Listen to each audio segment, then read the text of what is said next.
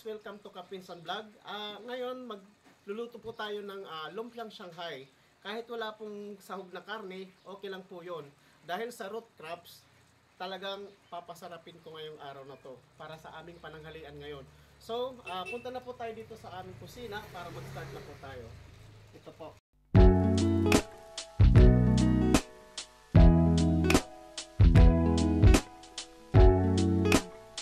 Guys, mag-start na po tayo sa pagluluto ng lumpiang Shanghai. Kaya sinabi ko kanina. So, maglalagay lang po ako ng oil sa ating kawali. Ayan na po. Ito talagang ito. So, ang susunod na ating ilalagay ay yung bawang. Bawang ito. Napapansin ko yan, no? Wow. So, ang bawang. Sarap talaga. Susunod natin yung, ito lang, itong luya. Ipang-alin sa lasa. Pampasarap. Then, susunod natin yung sibuyas. Ayan. Paglalagay lang muna natin. Ito. Medyo ma-brownish na siya. And then, tapos, susunod na po natin yung ginayat natin ng maliliit na repolyo. Ito po yun, repolyo. So, kakamayin ko lang sa may kainat natin na. Ito, ginayat ko na maliliit ang ating pagluluto ng special ng lumpiang Shanghai kahit walang karne. Basta may laman ng kamuti natin sa root crops ng kamuti tapos. Ayun. Hindi lang po muna natin lalagyan ng tubig kasi medyo yung repolyo kasi nagtutubig naman po sa habang panututo. So, mamaya na lang yan, ito na lang yung tubig. Sasayan lang po natin yung tubig niya. So, kakalang muna. So, siya.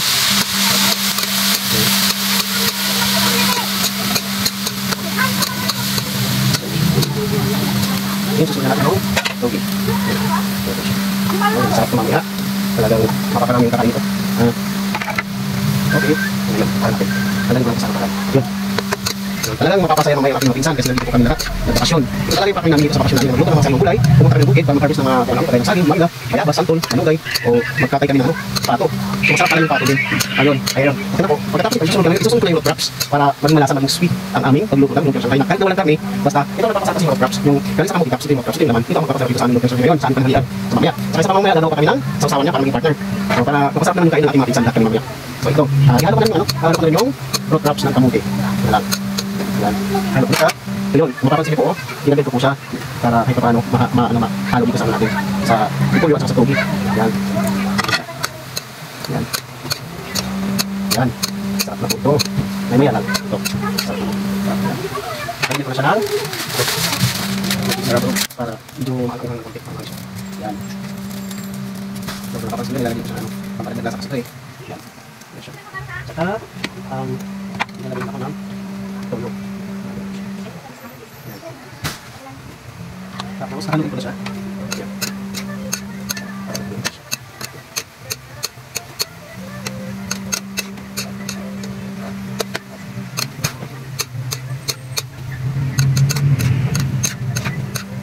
Haluin ko na siya. Kung nakita sa maluto, titikman ko na. Masarap. Masarap. Medyo, malinam siya, malinam. So, titikman ko ulit. Masarap. Hindi talaga yung lasa niya. Saka yung lasa ng root crops ng kamote. Masarap talaga siya. Masarap na kami. Masarap. So, dito ano na ito? Bakalat na namin ito after nito bakalat namin ito. So, yan. So, luto na po siya guys. Maya-maya lang. I-ano ko lang ito. Hangoy ko lang ilalagay ko sa lagyan ng malaki. Para yun lang sa labas ng pipin ko magbalit sa lumpia. Sa balit ko sa ngayon sa bracket. Para mag-lumpia siya ngayon na siya. So, yun lang po muna guys. Namay ng yung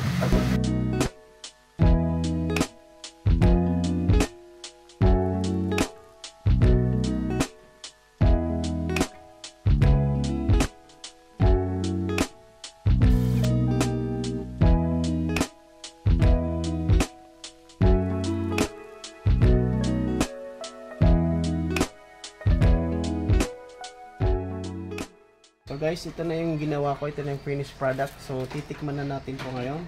Kung talagang pasado sa ating panglasa, isasawsaw ko lang sa vinegar sa suka na may siling, labuyo at saka sibuyas. So titikman na po natin. Masarap. Pasado sa panlasa. Okay, masarap talaga siya. Pasado. Sarap. May linamnam.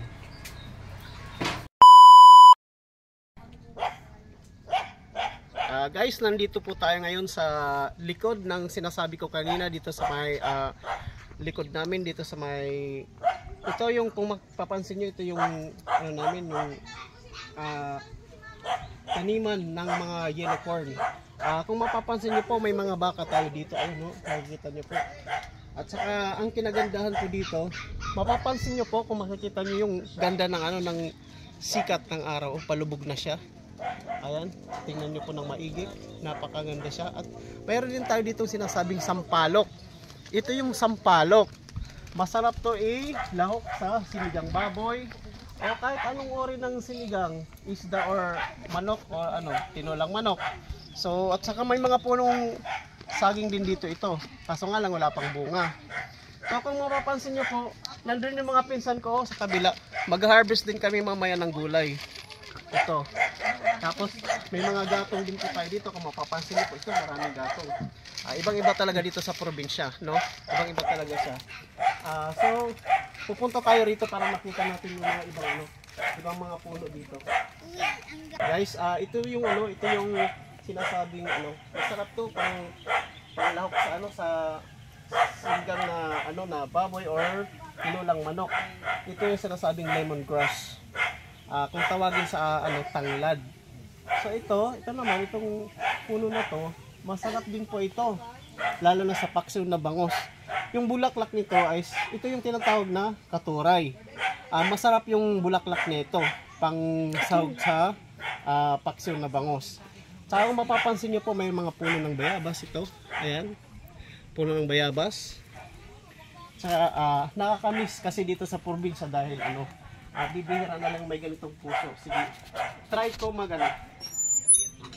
ito. Diba? Maganda siya, masaya. So, feel na feel mo talaga yung buhay probinsya pag may mga ganito at sa may mga sariwang gulay na makikita mo at mapipitas mo at saka maluluto mo pa ng sariwang sariwa.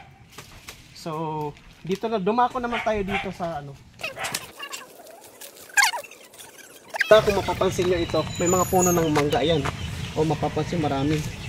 So, dito talaga sa Pangasinan, lalo dito sa Tukok West, ito talaga yung nila dito. Kumbaga sa ibang lugar, mga kopras, palay. Dito naman sa kanila, mga produktong pinagkukunan ay yung mangga, yellow corn, ito yellow corn, mais, at saka yung sinasabi nilang sibuyas, native na sibuyas. Hi ma'am, good evening. Pwede po matanong? Ako na naman. Ay, putang ina yung aso ko ya boy. Aso ko ya boy. Guys, mayroon po tayong napansin puno ng langka at may bunga. Ito Nako, ang sarap nito, lalong-lalo sa gata. Saka may mga alaga din po silang pato. Ito may mga may mga bibi pa, may mga sisyo pa sila. Pato na to. Ito talaga yung langka na to. The best talaga to bago gataan, igigisa muna. Pagkatapos igisa, lalagyan na natin ng gata. Napakasarap talaga to. Kahit saan kang probinsya pumunta basta may langka, the best talaga to para sa hapunan natin. Ito talaga, langka. So, tsaka ito, masarap din to ng kinakatay, yung pato. So, sa mga marunong magluto, mas masarap to yung ginagataan na yung palatik na gata, yung may latik.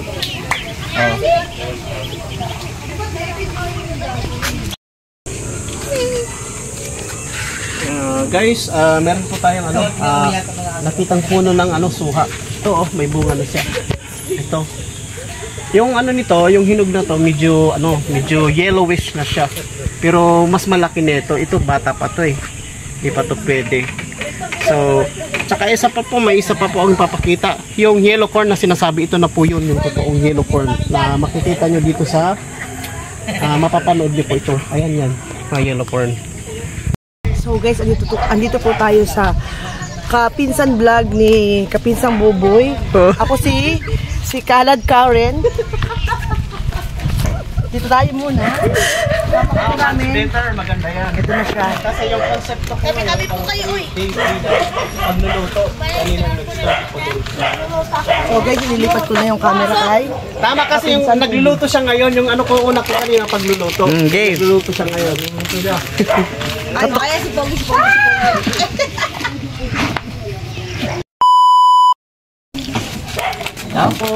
Apo. Ilang na po. Pwede po ba saglit lang kung ma-interview kita na konting konting oras lang. Okay, papasok na po ako Okay, salamat. Tunay. Papa. Oh, so kaya anong pinagkakabalahan mo ngayon? Ano yan? Te, anong niluluto mo? Te, may yelo kayo, te? Yelo? Wala. Ay, wala. Tokwa? So anong klaseng luto yan sa tokwa? Maliban sa piniprito mo, te? Adobo. Adobo. Ayun. Sige, pwede po bang makita, te? Ito ka pala. Ayun. Ah, sarap pala niyan. Naku, talagang masarap yan. Mamaya. Ano bang ibang saog nito? Maliban dyan sa ano? Ano lang po, mga sibuyas lang po. Tatanungin kita, ate. Ano po bang masasabi mo dito sa buhay ng probinsya? Especially dito sa sa Tuco Quest. Maganda, tas tahimik po. Ayun. Maliban sa tahimik, ano pa po? Maganda ang hangin po sa Ayan, fresh air. Then ano pa po? Sariwang gulay. Yan, sariwang gulay. saka mga isda. Te, may cheeseburger po kayo? Burger, te, wala. So, ano naman kayang pinagkukunan ng mga produkto dito sa sa inyong barangay? Palay. Palay, ano pa, mais. So, may mga napansin po ako na puno ng mangga. Isa rin yun, puno ng mangga. Okay. So, ngayon, dito ka lang talaga sa inyo. Dito, nagtanim ka, kung ano-ano ang ginagawa. Okay. Sige, yun lang po, te. Maraming salamat. Thank you. Sa bahay. Mars! Pwede bang may ulam? Meron kay Mars? Wala pa. Hindi na kayo kita. Tapo. Ano mo yun? Pwede po ba maabala muna kita? May kunting katanungan lang po ako about dito sa inyong barangay. Ano yun, sir? So ma'am, ano po bang pinagkakaabalahan nyo ngayon dito sa loob ng inyong bahay? Naluluto ako hapon na. Gluto. So ano niluluto nyo, ma'am? Sige, pasok pa ako, mama. Ano ba? Yeah. Ano yan, ma'am? Hapunan na kanin? Hapunan. Kanin.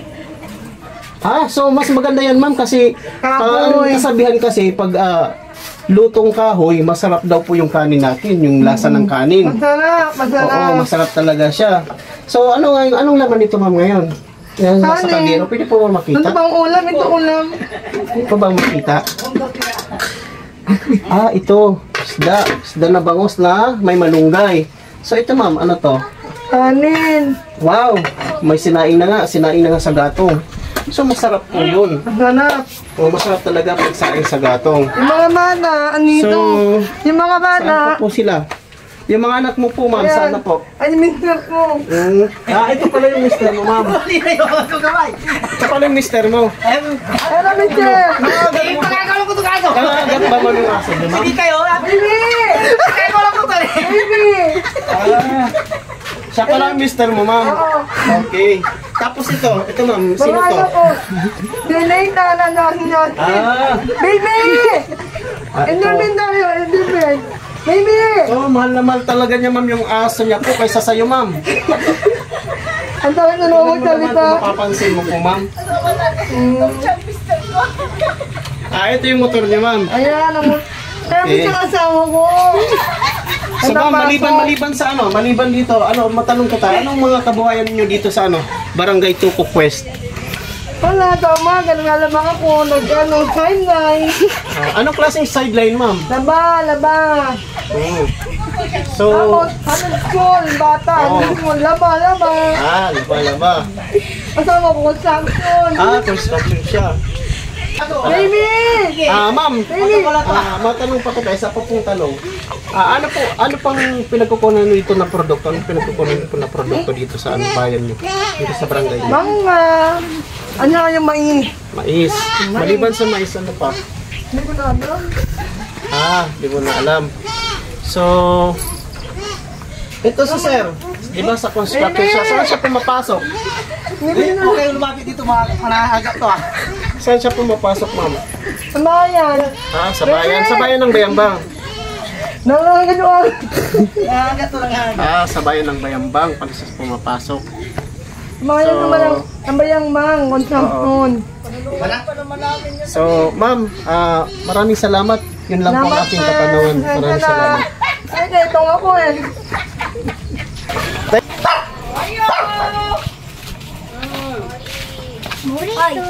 Ma'am, excuse me. Pwede po ba kita maabala sa bed? May itatanong lang po ako. Ano po yun? So, ma'am, sa ngayon, ma'am, maliban dyan sa pagpapaligo ng aso, ano pa po yung ibang pinagkakaabalahan niya po dito sa inyong barangay, dito sa Tukok West? Ay, sa ngayon ako po ay nag-aaral. Tapos ano pa po, ma'am? Ano, malapit nang gumraduate. Wow! Ano yun? Talagang maganda yun para sa future. So, maliban dun, ma'am, ano pa po? Isa rin akong housewife. Wow! Yan, yun talagang mami. The best ang mami. Ayan, pinapaliguan ko sila para mamaya dun sila matulog sa loob. Fresh. So, maraming salamat, ma'am, sa konting abala. Walang pasalamat. Dadako tayo dito, papasok tayo dito sa bahay ni ate. Te, anong ginagawa nyo ngayon? Ang gagawin nyo ngayon sa malunggay? Ay, gugulay. Mukhang masarap yan. Anong klaseng pagluto ng gulay, yung malunggay? Ayun, nagluluto, hindi ako. Ano bang klase gagataan? Gigisa o lalagyan tinula lang? So, anong pansab doon, te, sa malunggay? So, te, maliban doon, may katanungan lang ako. So, dito sa bayan ng Tukok West, so, ano pa po ang pinagkukunan nyo po? Yung pinagkukunan ng produkto, ganito, ganyan. Palay, maliban sa palay. Mais, maliban sa mais. Kasi may mga napapansin ako karamihan kasi na nakikita ko mga puno ng mangga. So isa po yun na produkto dito sa Tukok West. Okay. So sila te, mga apo niyo po o mga anak niyo? Pamangkin. Mga pamangkin. Ito sila. Hello baby. Ilan taon ka na? 4. Ikaw be? Ilan taon ka na? 8. Ikaw be? Harap sa camera be. Harap sa camera para makita ka mamaya. Sige. Huwag kang mayabi, harap ka. Kasi maganda ka oh. Ilan taon ka na? 18. Sige. Te, maraming salamat. Yun lamang po. Pasensya sa pala. Maraming salamat po, te. God bless. Next year, dito pa rin ako magbabakasyon kasi parang napamahal na dito sa akin at saka maganda talaga tong lugar na to. Kung tutuusin, ganun talaga yung dito, mapreskong hangin. So, nag-enjoy talaga ako. Naligo kami sa bukal at marami talaga gagalaan dito kung gusto mo lang, kung gugustuhin mo lang dito na kung at makamamitas ka ng mga prutas. So, pang na to, pang day 3 na kasi sa Saturday uwi na po kami ng Paranaque. So, kaya dito na magtatapos yung aking ang aking pagbablog sa likod na to dito sa Barangay Tukok West ng bayan ng Bayambang. So, guys, don't forget like, share, and subscribe. Bye-bye!